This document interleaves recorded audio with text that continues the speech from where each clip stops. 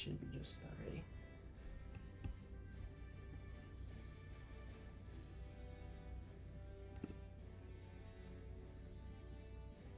Alright, so hello and welcome to my Disney Infinity 3.0 run for Kessel. This is going to be a run of Twilight Republic, 80%, and right here on the main screen. Don't know if this is a bit too loud right now, but I'm going to go ahead and go into the game. So the time is actually going to start when we, after the loading goes away for this. So we're just going to start this real quick, and then there. So this game unfortunately starts off with a intro, so you're gonna be here for maybe a minute or so. You know, probably not that long, probably like 30 seconds, but unfortunately can't be skipped or pressing any button or such thing like that. So but basically, so for this game, it's basically a twice a life game. So right now I've got this running on the Xbox Series X, and I've got a well, basically these series have like actual physical characters that you have on like an electronic device, and then you just put it on there, and then they go in the game. Basically, that's the way I can put it. But basically, it's just one of those games. Not much to really show off, obviously, because I just have the gameplay. But so we have this going off now, and then after this, I believe we have a cutscene, and then after that, we'll get right into the gameplay. Nothing much to start though, but yeah, pretty much. I just have how do I put this? I have like a little, like, you know how like in Skylanders there's like a little base and dimensions, and like this game is just like one of those, but it's a lot simpler. So lots of character manipulation here, but not that much. Just got like 1 or 2 characters. There's like 4 characters in this game you can choose from, but mainly we just be using Yoda and Ahsoka. We'll see him right now on the screen. I'll save this for the Separatists. They're tenacious. How many times are we had to Basically, chase them that's off what this we'll be planet? doing. Too many, Master. I guess they haven't learned their lesson yet. A vital location. And so we just got a little bit of Give it up this without cutscene, fight. and then We're approaching our right target. into the run. So Master right Secura now and we Plo don't Koon actually will keep the know this bulk of the planet, battle droids occupied while we make our and assault. basically ready for the this, Ahsoka? Just try to keep up, Master. Separatists right now are, I guess, like invading. I'm not really too sure, but It's crucial so that we basically neutralize Grievous is in this control droid of the factory. droid factory here at Have Titus, General so Grievous we're gonna building try any and more get to him, reinforcements for and his army. we gotta get through all these droids and all this and that. More than this. So we'll be starting in a little bit. Right after blast these guys are off.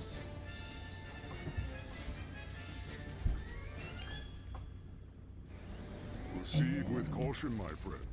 Our forces are fighting with the many battle droids protecting this factory complex. We must get in there. Wait. Okay.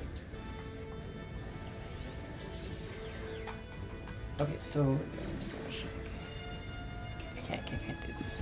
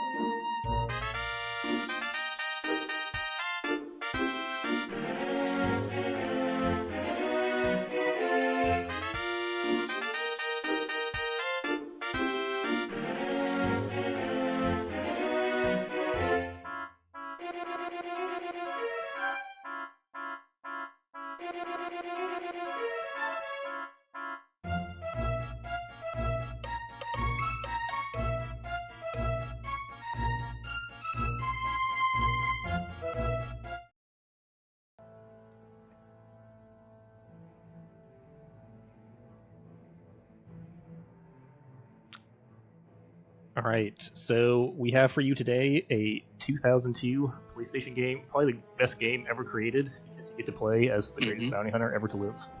So yeah, we'll be playing as Jango Fett in this game. It's gonna be great. All right, so timer starts as soon as you hit the play button.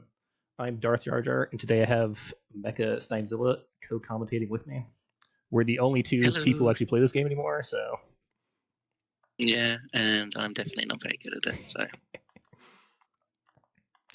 Alright, so the game starts off, we're tracking down a bounty, Miko, and we lose our jetpack, as Jango Fett is wont to do from time to time at the start of the game.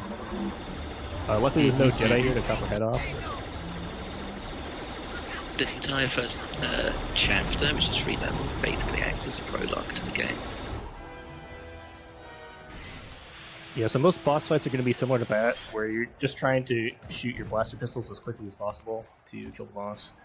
Nothing's particularly challenging as far as that goes. It's just about killing as quickly as possible. Yeah, the game's interesting in that you can basically shoot as fast as you can press the buttons. There's no real limit on it. Yeah, so much of the speed running. Yeah, the only limit on your fire rate is the frame rate, which does come up from time to time. Levels where there's like a lot of enemies in, and you get a bit of lag, and then the frame rate's kind of dead. Yeah. I'm not sure if it's PS2 or GameCube, but I think it's PS2 certain levels lag so hard when there's too many enemies on the screen. Yep, so basic movement in this game, when you don't have your jetpack, is you're trying to jump as much as possible, because it's slightly faster than walking, or you can lock onto enemies and do a flip towards them, which is just jumping at them, which is also about as quick as jetpacking. So you'll be seeing, I'll be locking onto a lot of them. Oops. So yeah, on that section there, I'm trying to flip across that gap, but I missed it. I think I hit the ceiling or something. That's weird. You can basically do a mega jump, which is called a target jump, if you lock on and then press B.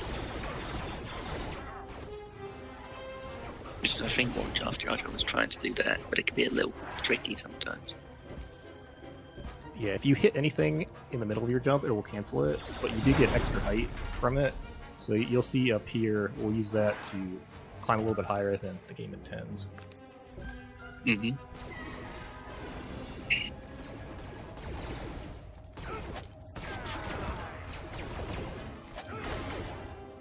Yeah, so you can't actually jump that high, but if you do a target jump into the wall, it gives a little bit extra height, so it allows us to grab into that ledge. So you skip a little section there. And then on this section, I'm gonna spam my blaster pistols to lure that guy out. We need to hit that beast over there for the Beastmaster to open the door.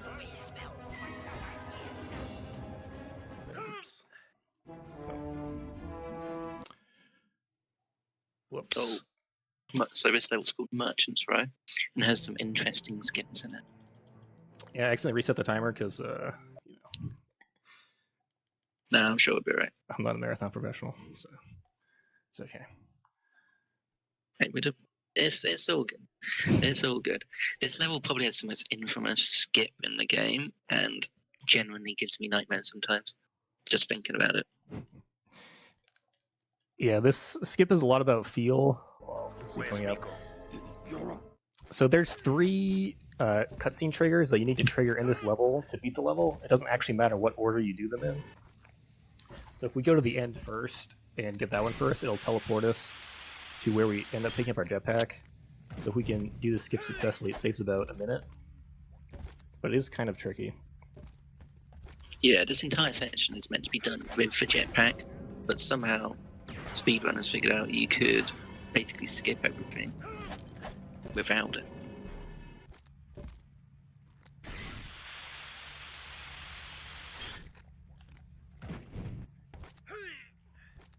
So in this chapter, Janko's basically just chasing after Miko still, who has stolen a speeder and is now going to the sewer system.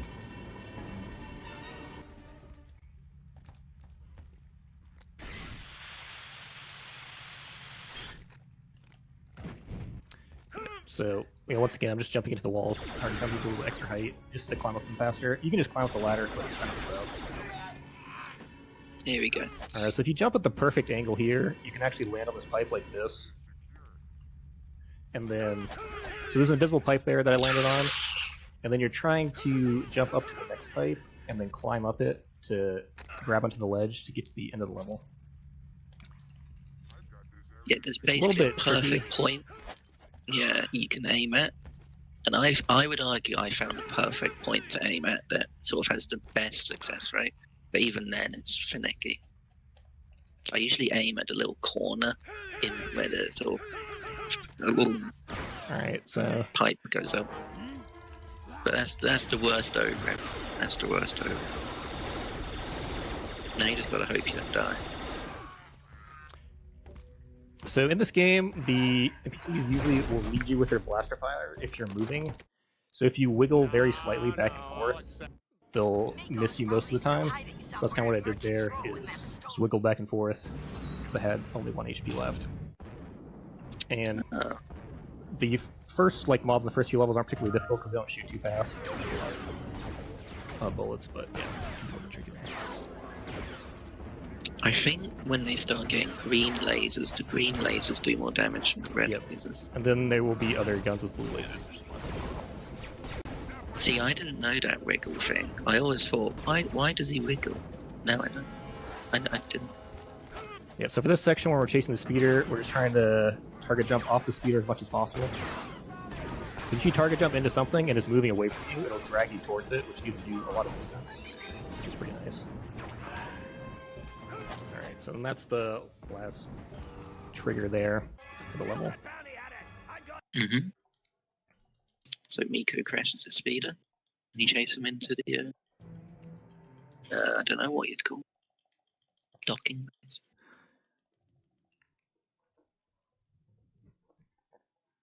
I think this level is unique in how much RNG it has. Oh, that's just, I didn't know that. The green laser guys are more accurate, you're saying, Enigma? I think they just do more. I don't know. Alright, so on this level you want to look to the right here, because you want to see how bad your spawns are. So we need 2 explosive barrels to spawn to get through some force shields. So if you see too many crates spawned, you know it's time to reset. But we got perfect spawns here, so we're good to go.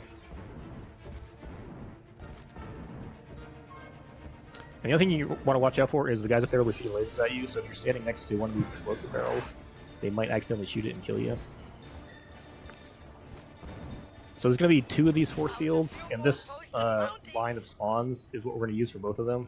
So we want to leave this first one for the next one that comes up, and we'll shoot the one behind it.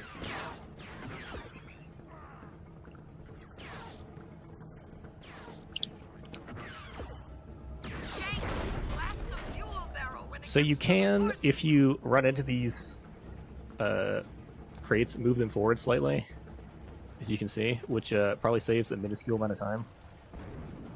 Because we have to wait for this to go all the way down this ramp and then over to the next force field, which is over to my left.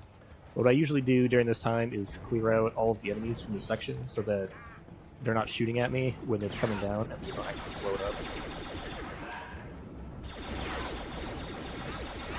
Yeah, you basically just have to chill for a little bit.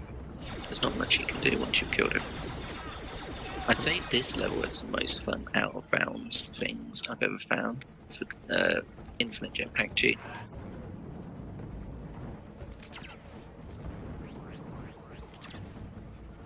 Are you trying to capture the target? Or the Yeah, if you need a little spare change, you can pick up this bounty here, but she's pretty quick, so it's a little tricky. Yeah, if you need those, like, concept art, I guess you can always go for it.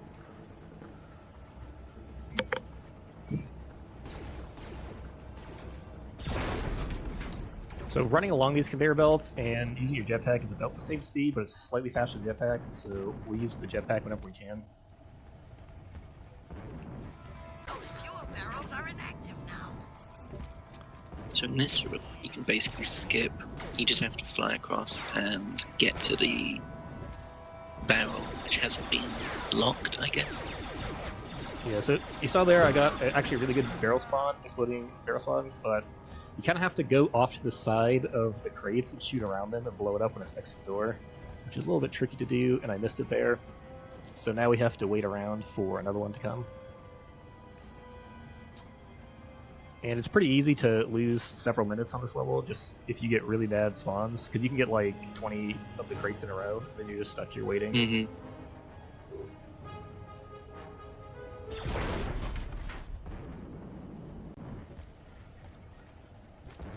This is the room where you can sort of, if you jump on the ledges, you sort of pull yourself up really quickly. I don't know how to explain it. If you just spam the B button like that. Yeah, so when you jump onto a ledge, you can cancel the grab animation by just spamming jump, which gives Django a little bit of a boost. And if you time your jetpack press it right, you can also get a little bit more of a boost, which is pretty nice. So this boss, you want to run straight at him so that you're shooting these two turrets at the same time. Because if you kill all the turrets perfectly, it won't start spinning around at all, which is nice. So then we want to do these two on the left, but it can be a little tricky sometimes because Django kind of just targets whatever he feels like. Mm-hmm. So in this boss fight, you're fighting Miko's spaceship, and it's pretty easy, all things considered. Yep, so we finally capture Miko, and we send him off to prison. We'll see him later on in the game. But then we get a message from Dooku that he has put a bounty out on Kamaribosa, worth 1 million credits. So we're going to be going after that now. And we got a tip that a death stick dealer is on Coruscant, so we're going to try to hunt him down now.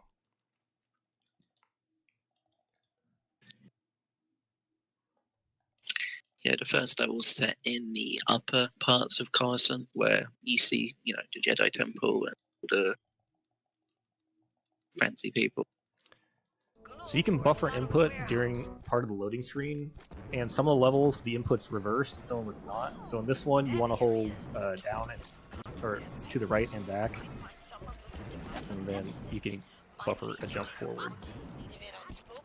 And then what you can also do is when you're target jumping, if you push the jetpack in the middle of your target jump, it gives you a height boost, but it does use up all your meter. But it's useful there because you need a little bit of height to get up to that platform. And also the other cool thing about it is you don't actually need any jetpack meter to use it. So if you've used up all of your meter before you do it, you can get a height boost without it costing you anything.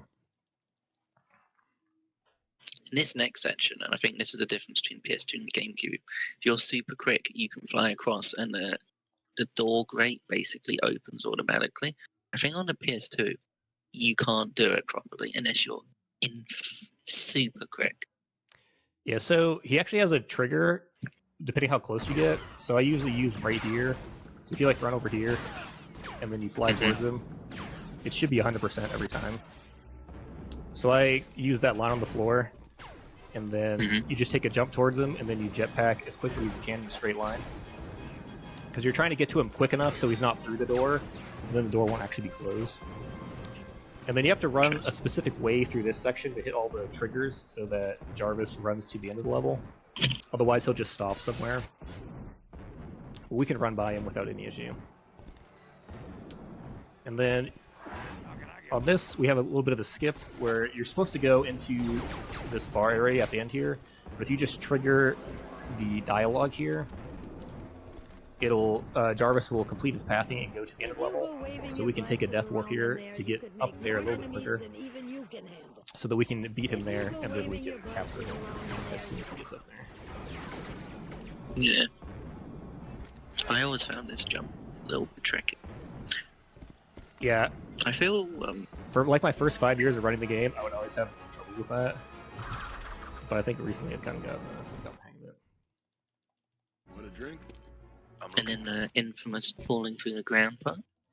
Yeah, so you can save half a second if you get yourself in the perfect spot and you're also falling down, because you'll have a little bit of speed and you'll hit the end level trigger a little bit quicker. So that's what I was trying to do by flying into the wall there, is get in a good position and also be going down. So in this level, you're chasing someone called Graf Hogg, he's this industrial alien person who Django is trying to find to get a tip.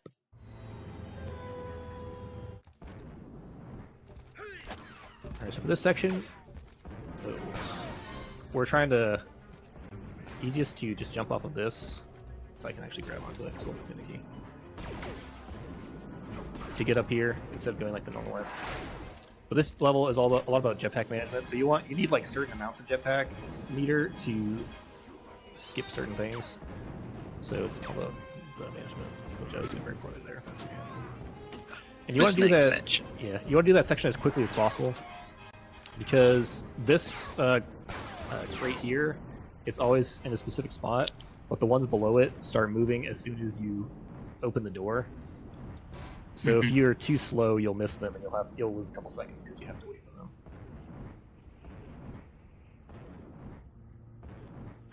I got off a little bit too early, so I have to use the rail there to not fall my death. No, I think you did pretty good. But ideally, I always miss time. Yeah, ideally you'd hop off at the right point where just pushing forward as you're falling, you end up right on that. I think this is the first section of the game where the developers just throw a million enemies at you. Yeah, there are quite a few guys here. But luckily we get to skip most of them, we can just go straight to the top.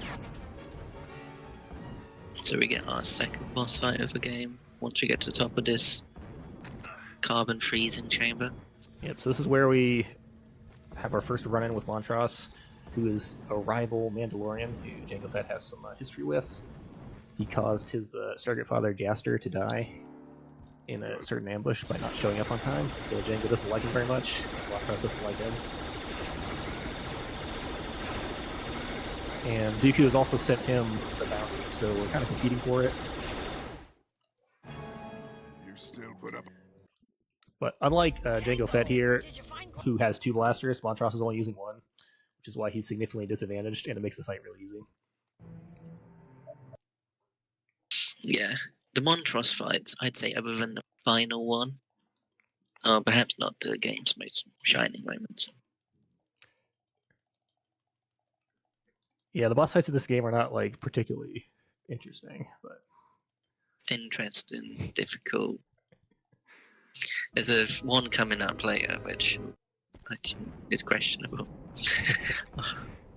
Yeah, so this level, we've gotten the tip that one of the senators has some ties to the death stick dealers. So we're going to go ask him very calmly what he knows, so that we can get some more information on where he needs to go. And I think this is the first level where green lasers start to appear. Could be wrong. Yeah, there's a few on the last one, but this is the one with a lot of them directly in your path. This is definitely a difficulty spike level. I think mostly because the enemies keep respawning in certain parts. Yes. And we want to keep our health as high as possible through that section, so that we can skip a few checkpoints later on without risk of dying. Yeah, I'd say when it comes to bounty hunting and speedrunning, the first half of the game, there's a lot of platforming, a lot of clever platforming, but later on it quickly becomes just a run through a billion enemies sort of game. Yeah, so I just grabbed the checkpoint there because my health is kind of on the lowish side, so if I get a little unlucky through this section, it's possible I die. And I don't want to lose too much time. Technically, with the infinite jetpack, you can fly from the starting point all the way to this tower and skip pretty much the whole level. So another mechanic in this game is any like water or marsh or anything like that basically reduces your speed by half. So we want to spend as little time in these pools as possible, just so we're moving faster. And then, so we kill this guy here because we need a grenade launcher to kill the final boss. And that's the most consistent place that we can get one. And these guys can have like, I think 3 or 4 different death animations. And that one's the quickest, where they just fall over. But you can get some where they take a while to die. So another thing about target jumping in this game is if you do it like in a corner, you can slide up things. So we're going to use that here to slide up this to kind of skip that whole sequence there. Because you're supposed to go down to the other end of that and come back. But no, we don't need to worry about that. Alright, so now we've met the Senator. We throw him off the edge, and then his security ship is going to have a little bit of a fight with us. Yeah, I'm not sure how Django gets away with that one, but I guess he... And maybe he wasn't too well liked, who knows. Maybe he had a bounty, I don't know. The hitbox on this turret is a bit finicky, so I kind of try and wiggle back and forth just to get different angles for the blast fire so that it hits it. And then the only way to finish the ship off once you blow up the missile launcher and the 2 guns is to shoot grenades into it, which is why we got the grenade launcher earlier, so we don't have to pick up another one. So that's the end of chapter 2. Alright, yeah, so now we have a tip that there's a prisoner on Uvu 4 that we need to break into and break him out, because he has some information for us.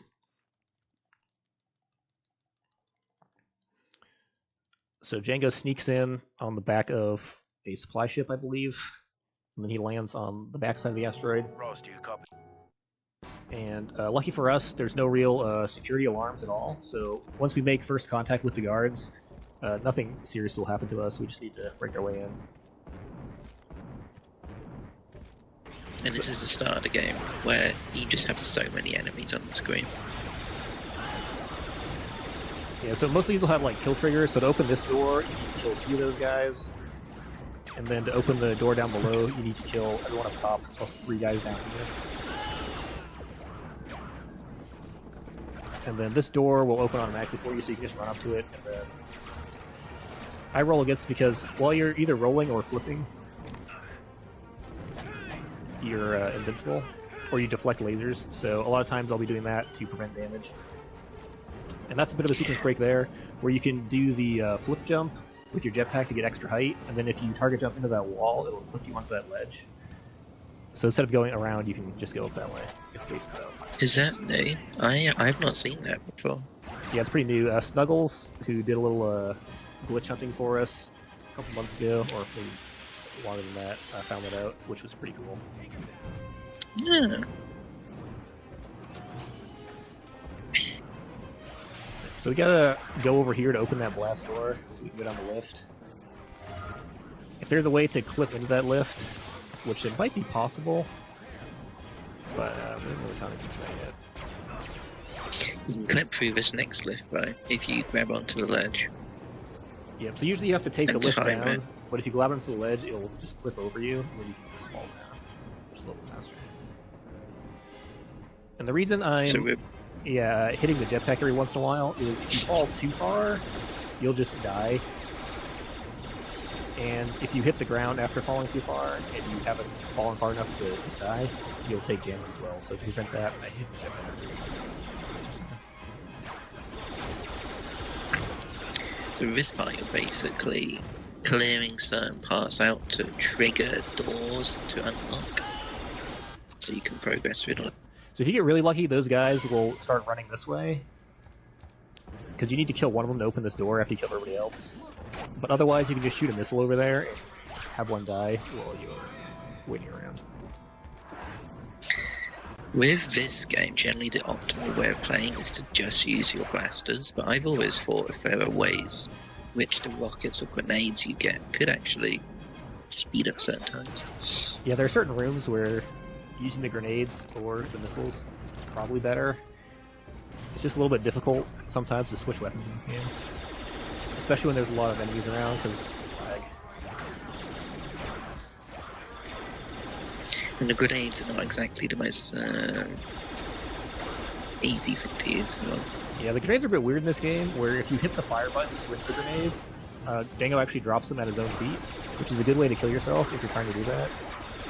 But otherwise, you have to hold down the fire button for him to throw it any distance, and then he will throw it a certain distance based on how long you held it down. So they're a bit tricky to use, but you can use them in like a bomber fashion, where you fly above your enemies and just spam the button and drop them on top of them. So this is another room that you have to kill certain amount of enemies that come out of certain areas, so certain doors open. Repeat. But I think this is also the part you get the second jetpack. So in Attack of the Clones, Django uses 2 different jetpacks, I believe, and both of these are represented in this game.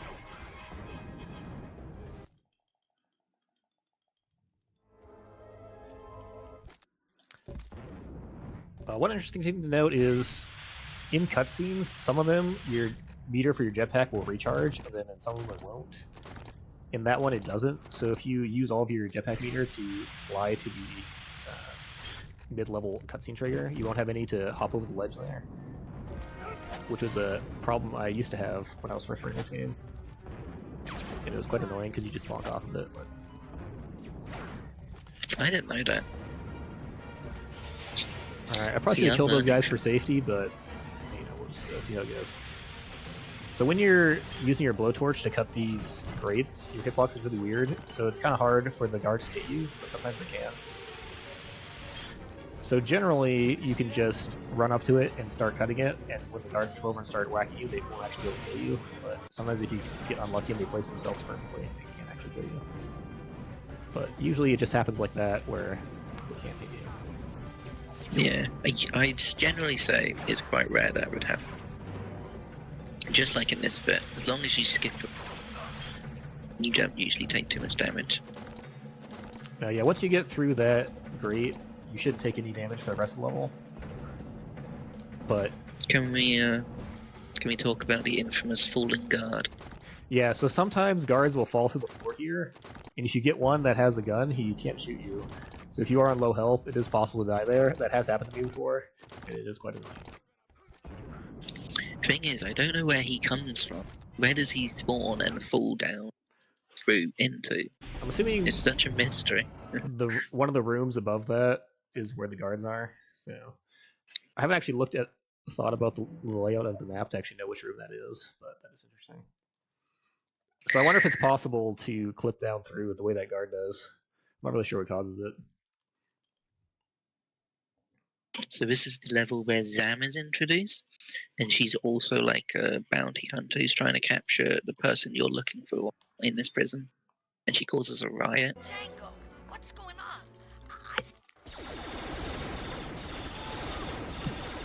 Yeah, so the guards and the inmates are fairly sensible when it comes to these kind of things, because instead of fighting each other in this riot, they team up to fight us. So I guess it makes sense in a way.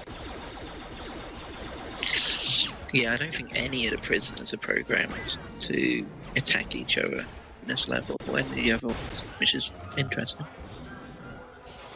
And so in that first part, we're trying to kill enough guards and inmates so that the guards up top come down and open the door for us. But sometimes you get a bad spawn where they go a different way, and it takes a little bit extra longer. Yeah, so I can just skip these turrets and then roll against the doors, because while you're rolling, you don't take damage. So then you can just have them firing at your backside and doesn't really damage. So in this room, you want to kill everyone down at the bottom and then pop up top before those guys start walking down. Because they'll path based on where they end up standing. And if you can kill them all before they start pathing down, it saves you. But again, much of this level is just you have to kill a certain amount of people to open a certain door, and then progress to the next one and repeat, probably 5 times. Exactly. So this is one of the rooms where it might be beneficial to use an alternate weapon, because if you can group them up easily. Yeah. With the rockets, I've even tried to use the flamethrower, but that might be a bit too slow. Yeah, the downside with the flamethrower is that they run around burning for a while before they actually die. They do spawn up here through this door, but I think maybe a grenade or rocket may be beneficial. Yeah, because they're all grouped up on the door, so actually.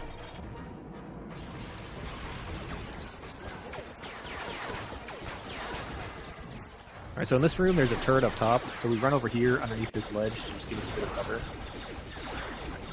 I think you could probably also use the turret to shoot the guys down, because the NPCs in this game are not worried about friendly fire, so they will kill each other indiscriminately if you give them the opportunity to do so.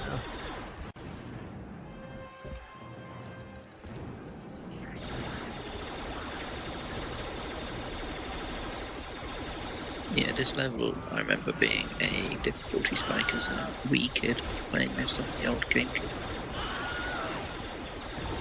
Yeah, playing this as a kid was a bit tough because I would use up all my continues pretty early on. Especially in one of the rooms. I think it's the next one, being particularly difficult. Yeah, so like I said, the enemies in this game are not particularly worried about their own health or the health of their allies. So this missile launcher guy will shoot a missile at you no matter how close you are. So we go off to the left there so that it misses us. But if you fly straight at him, he'll just blast you in the face and kill you. So you have to be careful. Yeah, rockets can be very dangerous to Django in this game. The other thing about missiles in this game is when you shoot them, they create a tremendous amount of lag. So depending on where you're at, you can actually lag through the missile, where it'll either fly through you or fly through an object. I mean, even now, we can see how much lag there is. I think there's a little bit on the screen. Yeah. It's not as bad as on Tatooine, but...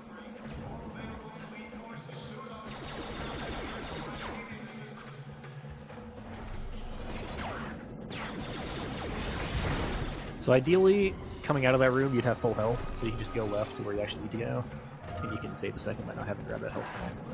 So you can see I took a ton of damage. This level has, I think, 2 turrets, just a little bit here, which can be quite dangerous if you're not careful. Yep. You want to take certain angles to avoid the turret shooting you back, so you kind of gotta vary up your path a little bit. Now this room is pretty tricky because there's 3 platforms, and there's a rocket guy in the middle one who will be shooting at you. And depending on when he actually shoots his rocket, it can be a little bit annoying. So ideally you'd have sound on so you can really hear what's going on, but I don't in this case, so I just kind of have to guess what's going on. You also have to be careful of the enemies with the big blue heavy cannons, which can sort of eviscerate you if you're not careful. Yep. The nice thing about this section, though, is the rocket guys will help you out by doing a little friendly fire to take out their allies, which helps you progress a little bit faster. Alright, so we're going to run into some prisoners who are trying to escape up here. One of them is Miko, who we captured in the first chapter and put in prison, and now he's trying to escape. Yeah, you can kill him and collect quite a substantial bounty, I believe. Yeah, I think he's worth like 10 or 20,000 credits, which is pretty good. Sadly, credits don't really do much in this game other than unlock art and little videos and whatnot. It also helps your status as a bounty hunter in the galaxy, that people know that you're out here and you're rich. Yeah, which you can compete with on the non-existent leaderboard and such. Not that I'm complaining.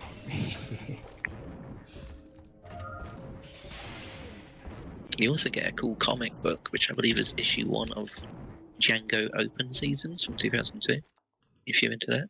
Thank goodness you're still in one piece. You can like shoot a missile off from the top there. And the cool thing about missiles in this game is, as long as they're flying in the air, they will go towards whatever your target is you walk onto. So you can just shoot one off into the middle of nowhere, and then walk onto something, and it will come flying.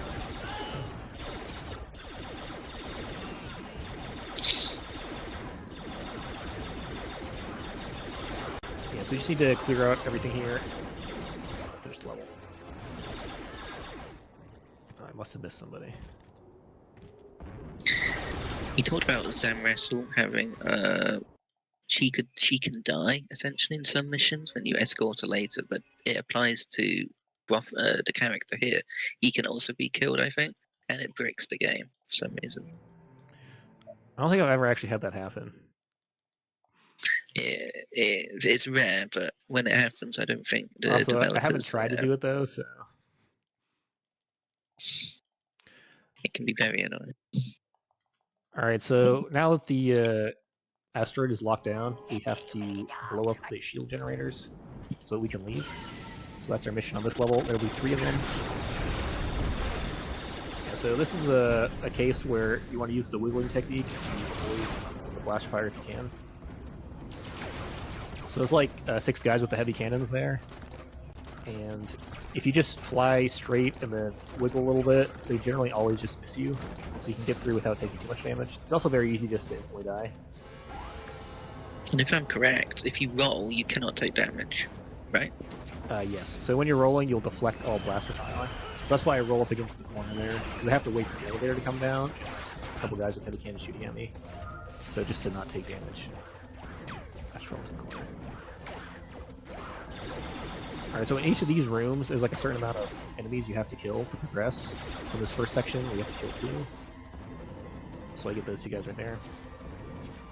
You don't actually have to kill any of these enemies here, but I like to shoot them just because they will follow you, and when you blow up the shield generator, when the reinforcements spawn, they'll be like down in this room and then they'll run back so they can leak out to the main room.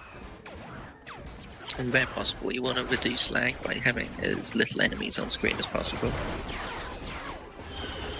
So I just took a ton of damage. You can actually do this section without blowing up any of the turrets, but because I took so much damage, I'm going to play a little safe and actually blow up all the turrets. Poor Ugly.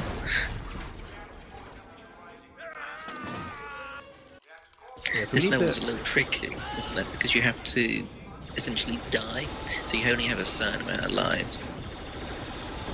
Yeah, so the fastest way to get back to where you were, because you have to go back to the game each time, is to just take the death and walk back to the checkpoint. So yeah, we'll be using a bunch of death warps. I always get so lost on this bit.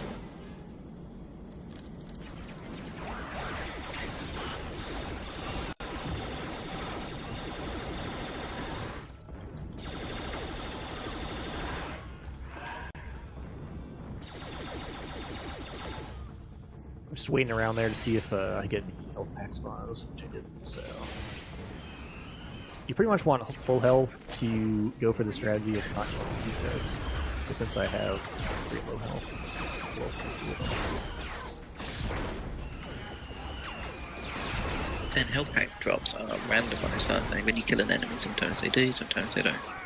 Yeah, I believe when your health gets lower, it increases the chances that you can get a health pack. Mm.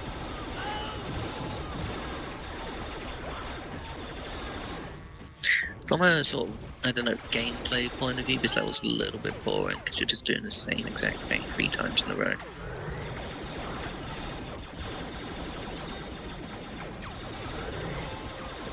But each time you come out, the amount of enemies in this central hub increases, and then they start getting rocket launchers, and it becomes very hectic very quickly. One nice thing though is if they do drop any health packs, they'll stay out there in that central section. So if you need a little bit of a health recharge, you'll get it there. Mm. Alright, so I wasted a few seconds there just to have full health, so I can go for the no turret killing skip. So basically you just want to blow these up as quickly as possible.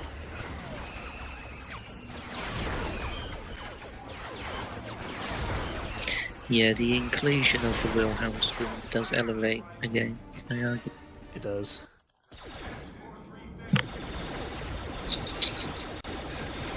So at this point in the game, Django's original ship has been destroyed, and he might be getting a new one later on. He just might be.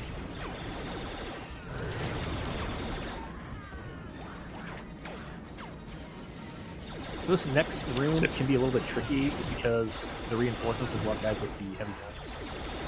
But if you kind of like go over on this side, the wall kind of blocks them from shooting you directly. Which works out pretty good. You only have to kill a couple of them to open the door. So you can kind of just hug the wall there and spam your blaster fire and get through. The other thing about the heavy blasters is if you're directly next to them, they can't actually hit you. So sometimes you just want to go into melee mode on them to avoid taking any damage.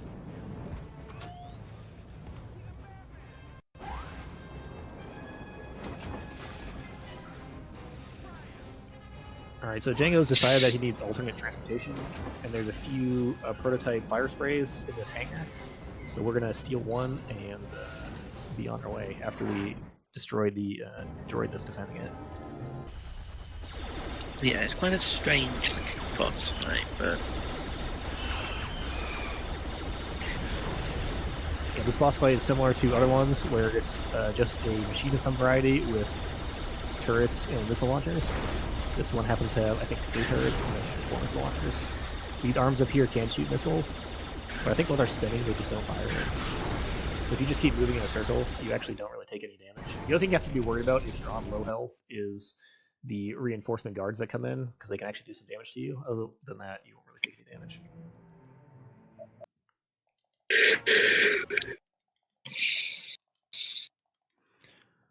So how are we for time right now? I think we're doing pretty good. It's actually a decent run so far. Nice job. Alright, so we've got a tip that the Doug King Sebulto is involved in the death stick manufacturing. So we're going to go have a chat with him to see what's going on. Django has also got his Slave One, or according to Disney, I think it has a new name now, but I'm not sure. Yeah, you got to keep it PC. I think it's just called the Fire Spray now, but I'm not sure if this game is even quote-unquote canon anymore, but it's canon in some of our hearts. In our hearts, what it is. Yes, this is another typical movement level where you're just trying to mix in your jetpack usage with target jumping. So basically, you want your jetpack meter to always be as low as possible, so that you're either target jumping at something or you're using jetpack so that your movement is as fast as possible. And also, keeping your health high is kind of a bonus through here. My health is a little bit low right now. You typically want to be green if you're going to do this next section without dying, but it's kind of on the borderline, so I'm going to attempt it. See how it goes. Yeah, this level has basically so many different things trying to kill you. You got bugs, you got the weird tiger things, you got people shooting it. So normally you can't actually go through the windows from the outside, but if you do a target jump and you spam the crouch and the jetpack buttons, kind of alternating them, you can get your hitbox in such a way that you can clip through the window, which saves a little bit of time. Yeah, it looks pretty cool.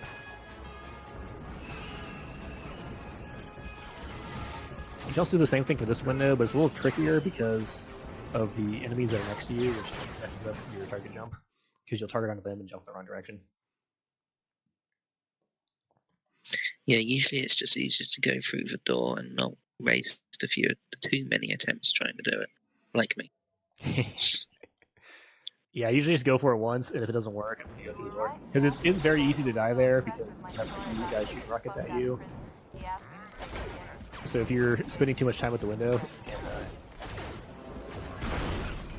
Yeah, you start getting people with sniper rifles in this level, throwing grenades at you. I got pretty lucky there that I'm not really sure what that missile hit. I think it was one of the enemies behind me. Well, Yeah, I think it hit the aliens. I think they sacrificed themselves for the cause.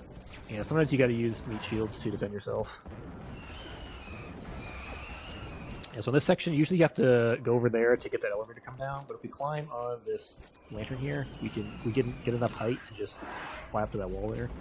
I'm not in position yet. I still need to make my way up the cliffside. And this town is actually kind of annoying because there's so many snipers. And if you get headshot in this game from a sniper, it does 50% damage.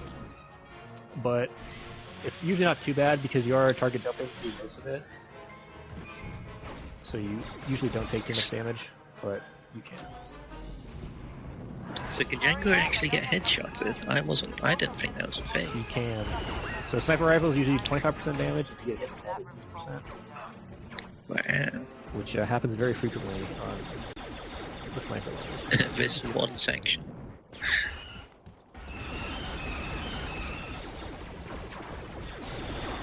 So we're coming up to the first Zam escort part, where Django is overwatching her with a sniper rifle. Ooh, unlucky there. Did we hit a checkpoint? We did. Nice. Yeah, I always grab that checkpoint just because. Because this guy over here can snipe you when you're down there. So. Yep. So we have to wait Luckily, for. I think the. Yes, sorry, go ahead. Well, I think the enemies in this next bit, they always spawn in the same location, so you can always predict their movements Yep. with the sniper rifle. So we gotta basically guard Zam so she goes over to this button and calls the skiff over to us. But you want to kill everything on spawn because Zam will move very slowly, but she'll also turn around and hide behind rocks if she senses any enemies shooting at her or are nearby. So if you kill everything on spawn, she'll finish it as quickly as possible. Good shot. And they do provide you with a sufficient amount of sniper ammo, which is nice. The sniper rifle in this game is a little bit annoying because, as you can see, like the crosshair moves, and there's no like breath holding or anything, so you just kind of have to deal with it. Good shot. I've always wondered what those weird dots are on the sniper rifle reticle. That had to hurt. And then you don't have to kill that last guy there, but for some reason, Zam will push the button quicker if you kill him. I think it might be because she goes and hides if she senses he's nearby.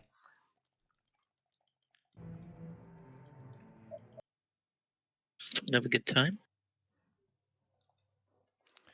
Alright, so now we're heading to a Doug city, which we're going to commit a little Doug genocide here, because as everyone knows, the only good Doug is a dead Doug.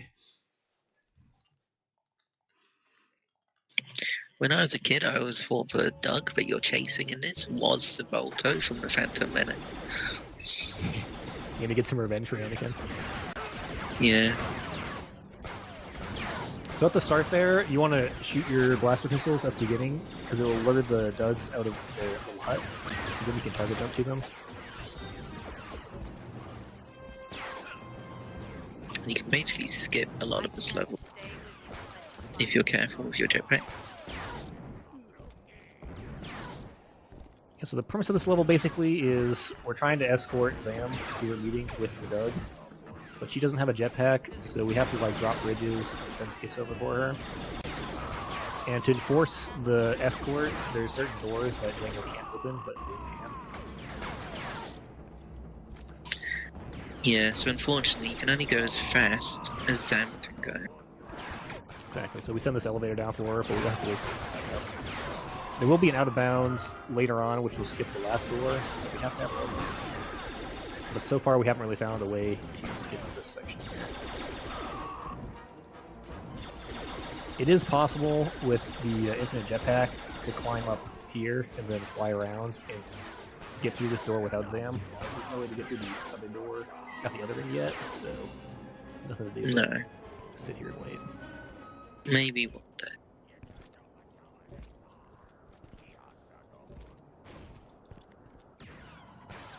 There's in fact an interesting Easter egg on this level where you can find like a whatchamacallit, like a tribute, like a big thing, and it has all pictures of Sabolto on it. Like someone's a big fan of him. Oh, is that the one in the secret room? Mm-hmm.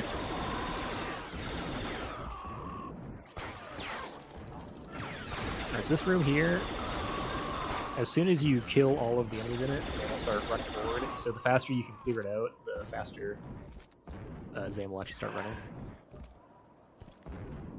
So it does matter how fast you kill stuff in here, where usually it doesn't. Luckily, the Dougs are quite flimsy and die in a few shots. Yes. The Dougs do generally have 2 blasters though, which means they can do quite a bit of damage compared to your normal enemies that you beat. So I like to get 2 target jumps in there, but sometimes that Doug will suicide off the cliff, which can sometimes drag you with him, so you have to be a little bit careful. So this will be the out of bounds here. So generally you have to have Zam to get you to go through this door here. but instead we're gonna slide up this cliff and climb around. So how Bounty Hunter works is the levels are kind of in segments, and they don't load in until you hit certain triggers for the next segment. So we're basically climbing to the edge of this section, and then we're going to fly into this here area to load in the next segment. It is nice that they included a section like that you can load in, which helps the speedrunners out. But it can be hard to like do out of bounds for that reason, because even if you can't get out of bounds, you can't necessarily load in the next segment.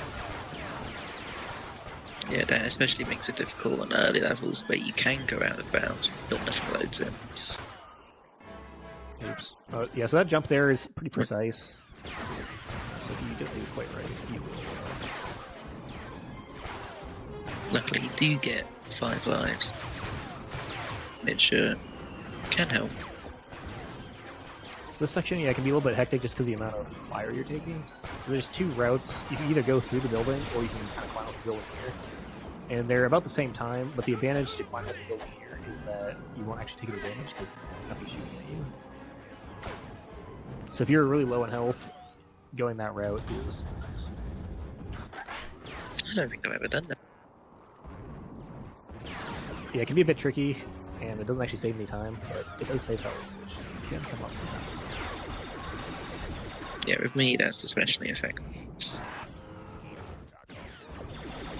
So this next section is just a bunch of bridges we're going along, and a lot of these guys will throw grenades at us, and there'll be guys on the sides shooting missiles. And the grenades and the missiles can blow up the bridge, so if you're standing on it when such a thing happens, you'll just fall to your death. You gotta be a little bit careful. Yeah. On a normal playthrough, this bit is quite hard. And then this next room up here, I usually just take a path and use the pillars to shield me, because there's a lot of gunfire that's happening in this room. It's very easy to just die from it if you don't protect yourself in some way.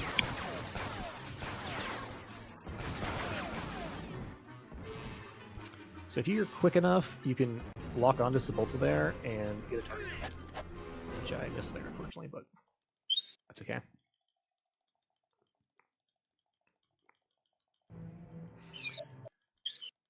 Alright, so after following Sepulta, we've made our way into his Death Stick Factory, and this is where we'll get our first encounter with the Bandogora.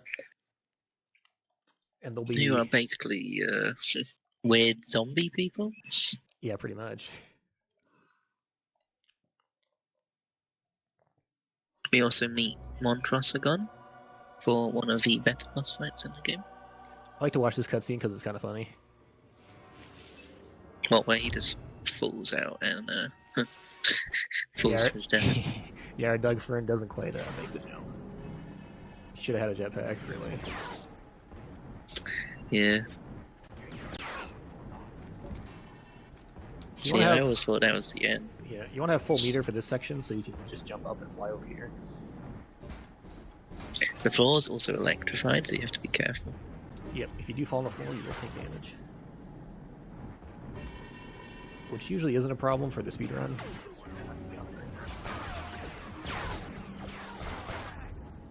If you take too much falling down, you can't.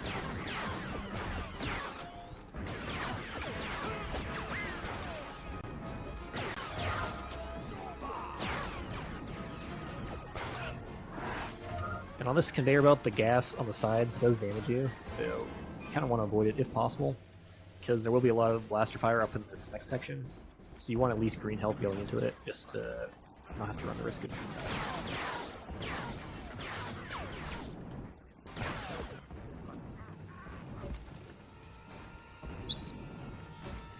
Yeah, I feel a lot of the jumps in this section are a little tricky, because you always slide off of them.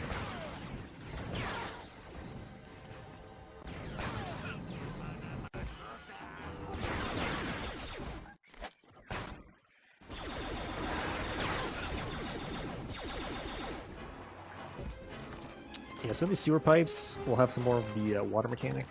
So you want to spend as little time in them as possible. Just because you move so slow. Now this level is a lot of fun to play on 100% because there's several Doug bounties that like to commit suicide before you can capture them. which makes it pretty easy not to be able to complete it. I think you might be the only person who's ever actually attempted 100%. Yeah, it's round. it's a very interesting experience. I don't think fun though enters that, so. Some of the levels are pretty fun, some of them are not so much.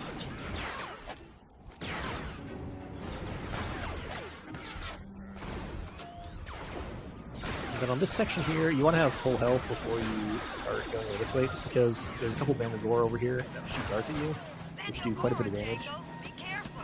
So if you don't have full health, you run the risk of dying.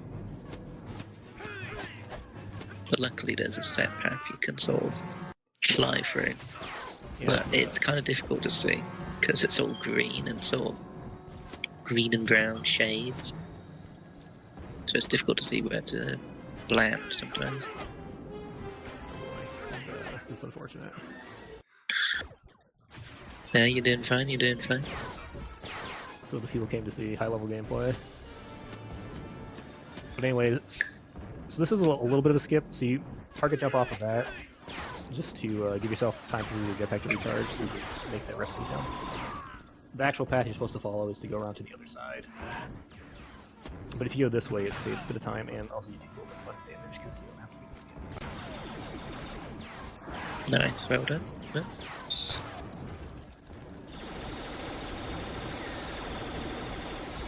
So there's a lot. Now the Bandagor are perhaps the only enemies in the game where using the flamethrower is maybe optimal in a non-speedrunning sort of way. Now they generally just run at you. You can use the flamethrower to set them all on fire.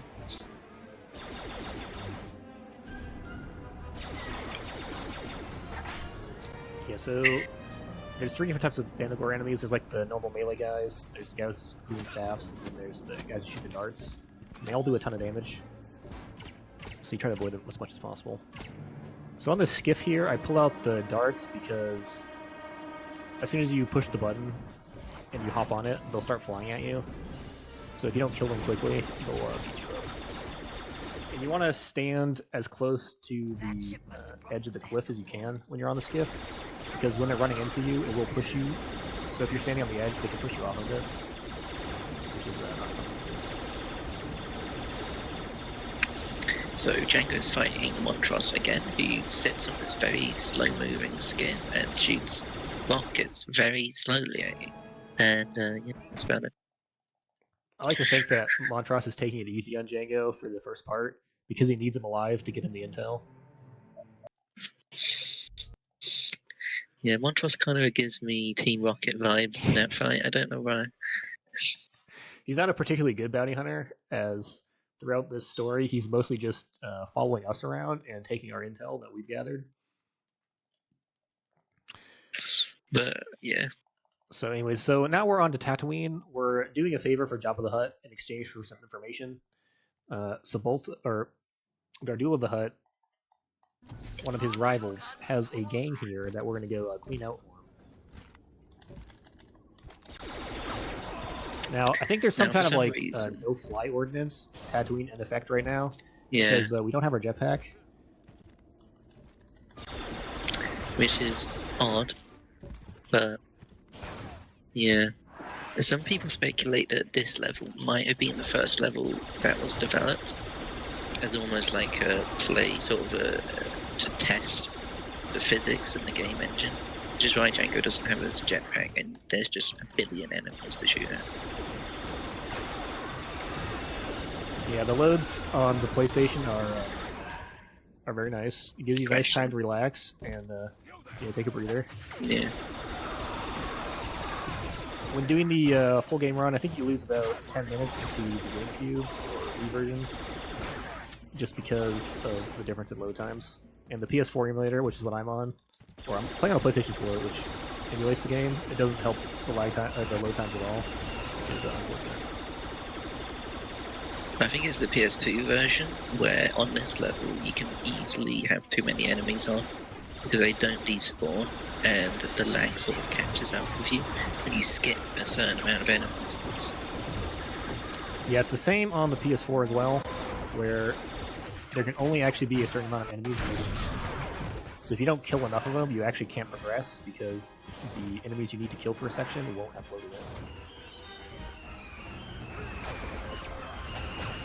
This level has no platforming, basically. It's just run and gun.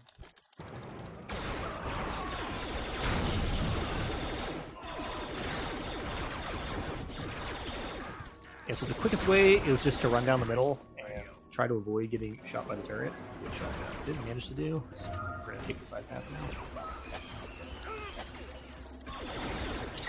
Yeah, when running this level, sometimes it's just inevitable that you will die a few times. It's just a matter of how many times. So you want to move through that room and this room quickly, because if there's enough people dead in this room, which you only need to kill 3 of them, this door will open and reinforcements will come. But if the guys following you get into the room, it counts towards the amount of people alive, which is how kind of all the rooms in this level work. So then you have to kill them all to actually progress. So you kind of have to move quickly through the level if possible. I mean, there's a whole cantina section which you completely skip.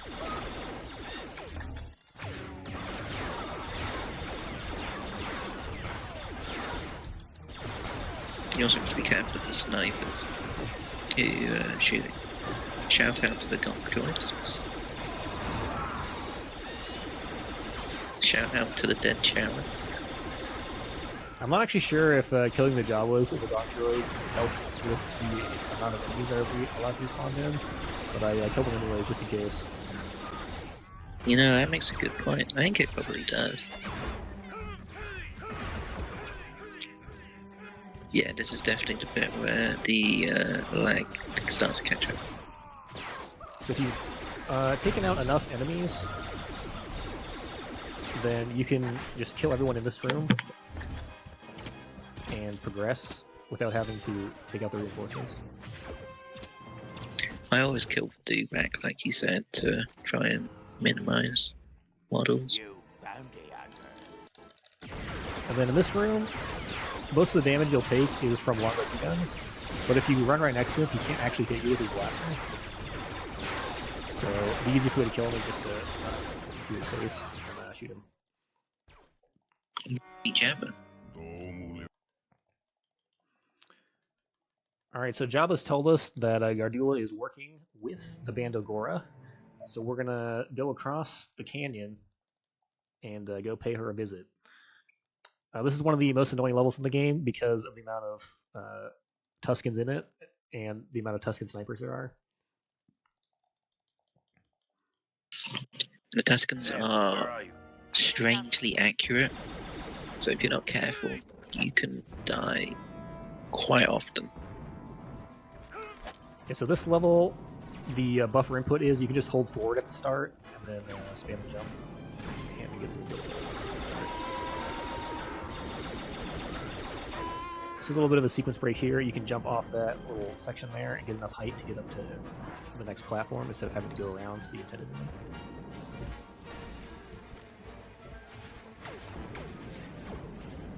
Alright, so since we're not doing too terribly on time, there is a skip you can go for, which skips this section, so and, we'll give it one shot just to see if we can do it. It's very easy on the GameCube because the jetpack power-ups, which gives you a longer jetpack, on the GameCube version, when it ends, you get full meter, but on the PlayStation version, when it ends, you end up with no meter.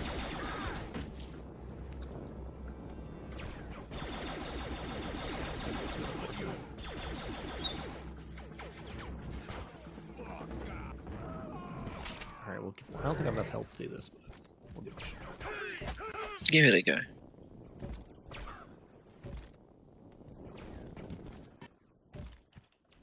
So basically what you need to do is fly over here, clip out of bounds, and then we're going to fall down and try to trigger, because you have to open that door over there from the other side in order to load in the rest of the level, which lets you progress. So what I was trying to do is fly over there and then drop in behind the door to open it, and then that'll load in that section. but not successful. Yeah, it's definitely one of the more difficult skips to do. I think I've probably done it twice. All the times I've attempted it, ran this level. The only downside to attempting that is Ooh, it's a little unlucky. bit tougher to fly through the canyon once all the enemies know you're there. Yeah.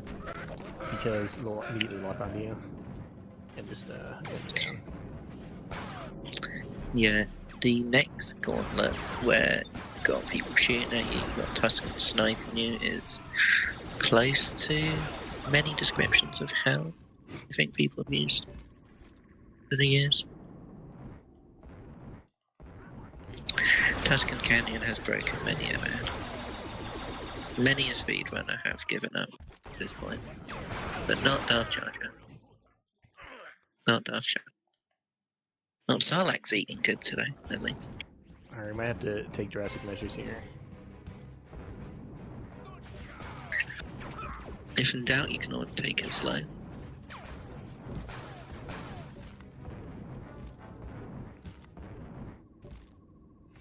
The other annoying thing about that tunnel right there is if you jump too high, you'll actually clip through the ceiling. Which, if you do that, you can't actually. Jango will deload this model, then you'll be unable to press the level at all. Oops. Alright, I think I'm going to restart the level because I might not have enough continues for later on. Yeah, it's generally safe because later on you also have people with rockets firing at you and God knows what else.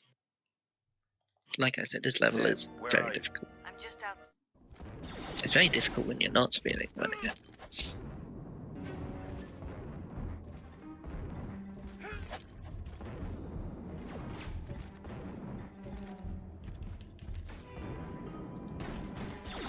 But I think given your time as it is, I think you're still pretty much ahead of relatively anyone who plays this Hunter. Yeah, make sure to put plenty of buffer on the estimate, just in case that may go badly.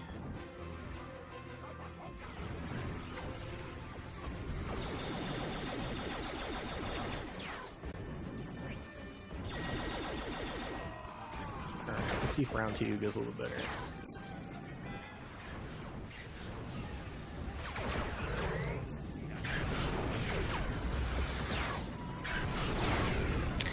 Yeah, basically, you just want to get to the next checkpoint. Like this one, and then you're safe.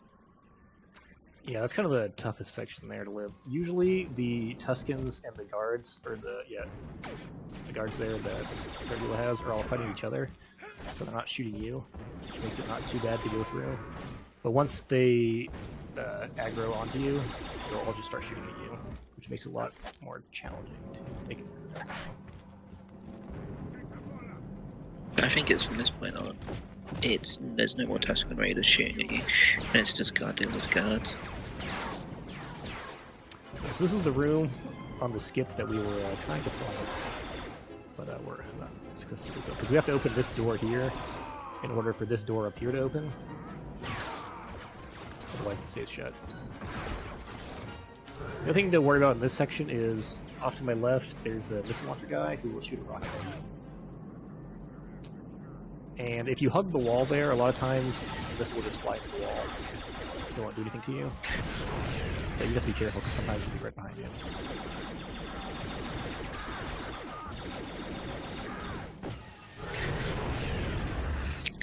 This section of the game makes quite a lot of use of the extended jetpack fuel.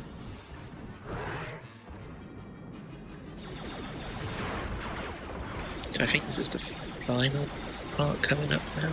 Yeah. So I go over here just to refresh my health. And then I'm going to take out the missiles and hopefully kill the rocket launcher there. And then we're just going to hope we live.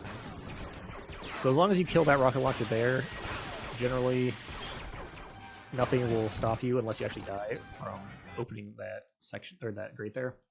Oh, am I glad to see you. Because if you get hit by a rocket, it'll actually knock you off, but just taking damage doesn't. So if you kill that pack on the left, there is a rocket guy on the right that walks up, but he's usually not quick enough to actually stop you. So as long as the guys with the blue heavy guns don't hit you, you're good to go.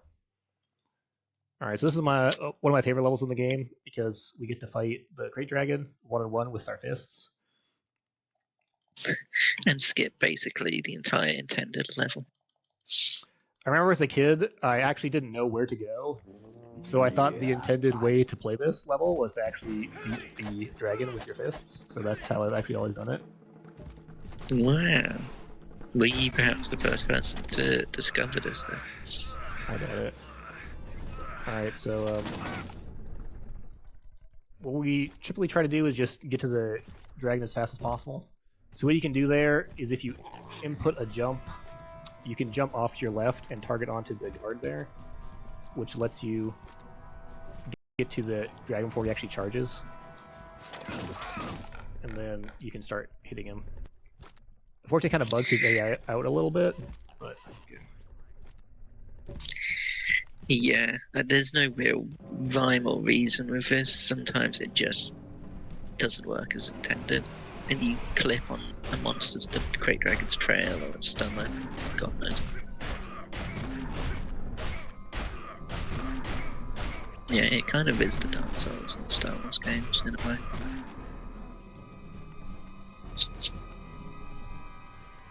I think me and you shared the gold record for this for a time.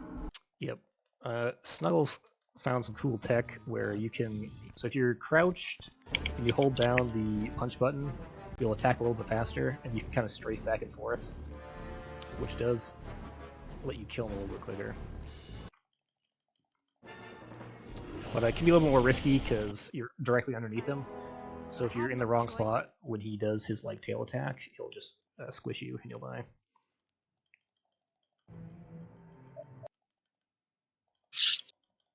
Good time, good time.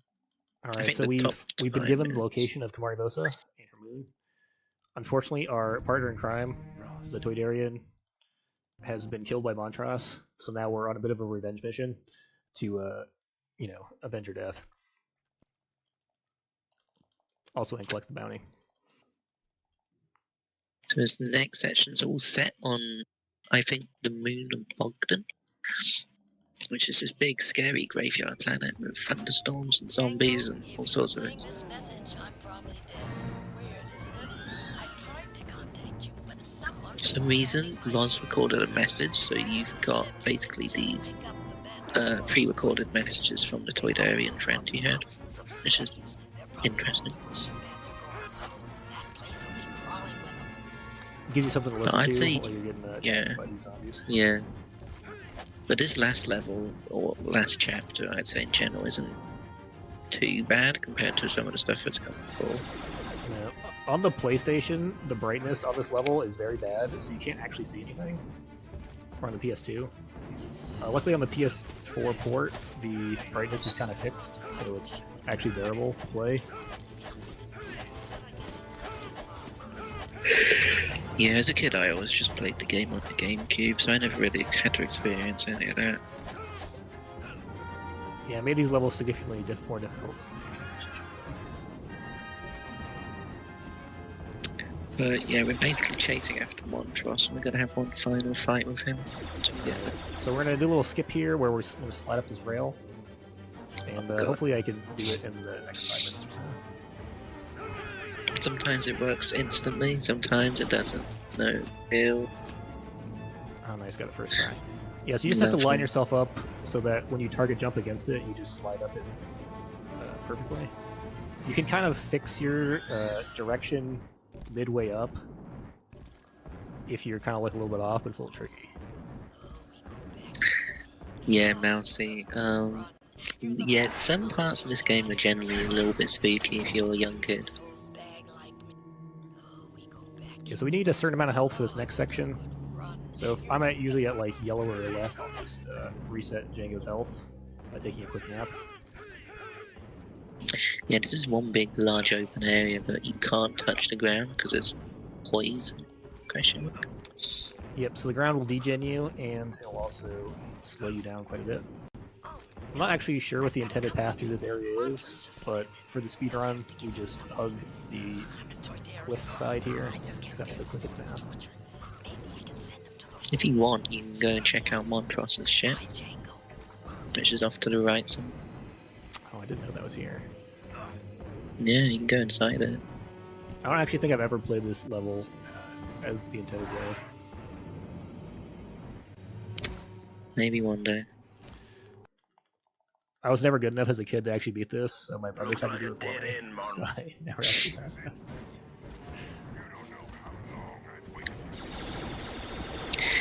Now I think this, I don't know if you'd say this is maybe the best boss fight in the game, but you have to fight Montrose, who has donned his Mandalorian armor for a 1v1. Yeah, he's actually taking it seriously now. He's got his jetpack, he's got his missiles, he's got both his blasters. I'm not sure, but I think there's something where you can bug him into not moving, and just shoot and shoot and shoot. Something like that. Yeah, he has like certain move sets, so in between he's like selecting the next one.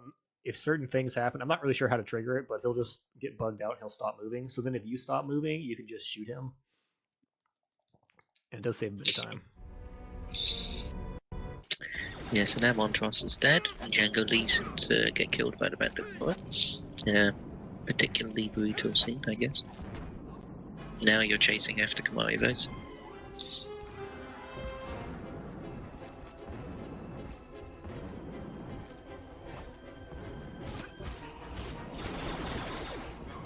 So ideally you don't take any damage at all when you're doing this, but if you do, you just have to kind of reset your health later. It doesn't matter too much until the end, where we do need to tank a hit to finish the level. Unlike a few levels, this is kind of like you have to fly through a gauntlet of enemies who are trying to kill you, and it's not particularly difficult if you can get past the end.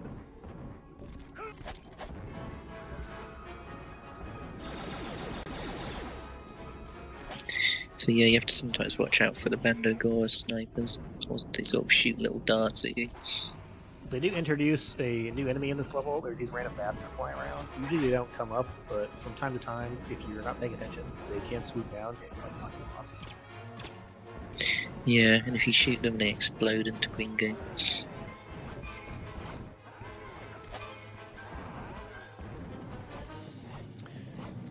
And like the prison guards earlier, the Bandogor have an even tougher time hitting you when you're crouched down like that and using the blowtorch, because your hitbox is weird. So you can just run by those two guys and start opening that grate, and usually they won't hit you. If they do get at a certain angle, they can, but it usually doesn't. Yeah, and I feel you have to sometimes be careful not to have the Bandogor swarm you. Alright, so for this last part, we actually need to get captured, so we're going to have to tank a hit for the level to end. So if you don't have enough health to actually tank a hit at the end there, you actually just can't beat the level.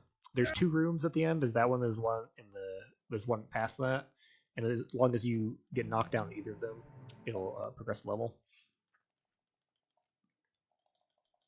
Alright, so now we're on to the last level, where we're going to go through Vosa's Citadel, and then we're actually going to fight her at the end.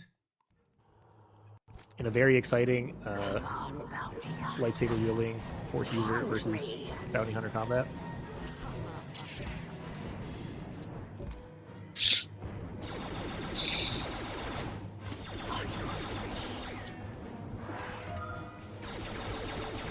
So I clear out everyone there just for safety, but sometimes they won't even move when you fly past them.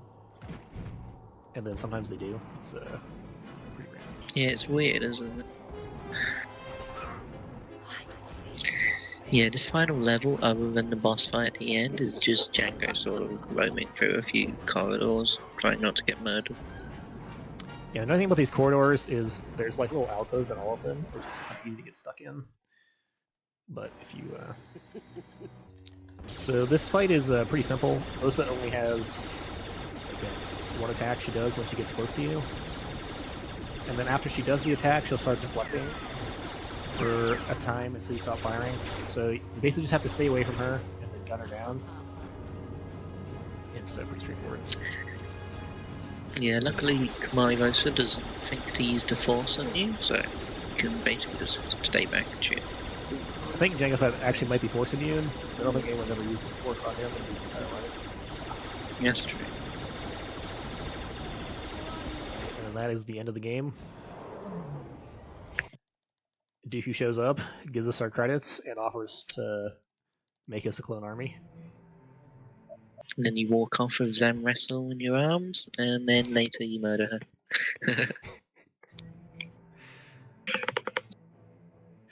Congratulations. All right, 102 for in-game time. Not too bad. Lovely, lovely. So I think that was about a 120. Oh, congratulations. That was a very good run. Well, thanks for co-commentating with me, Mecca. Thanks, BMAC, for putting this Of on course. again. And thanks for everyone else who's organized this speedrun marathon. It's always fun to take part in it, and it's great to watch all the runs. So, yeah, thank you guys. Yeah, thank you, everyone. I guess we'll sign off now. See you guys later. See you guys later.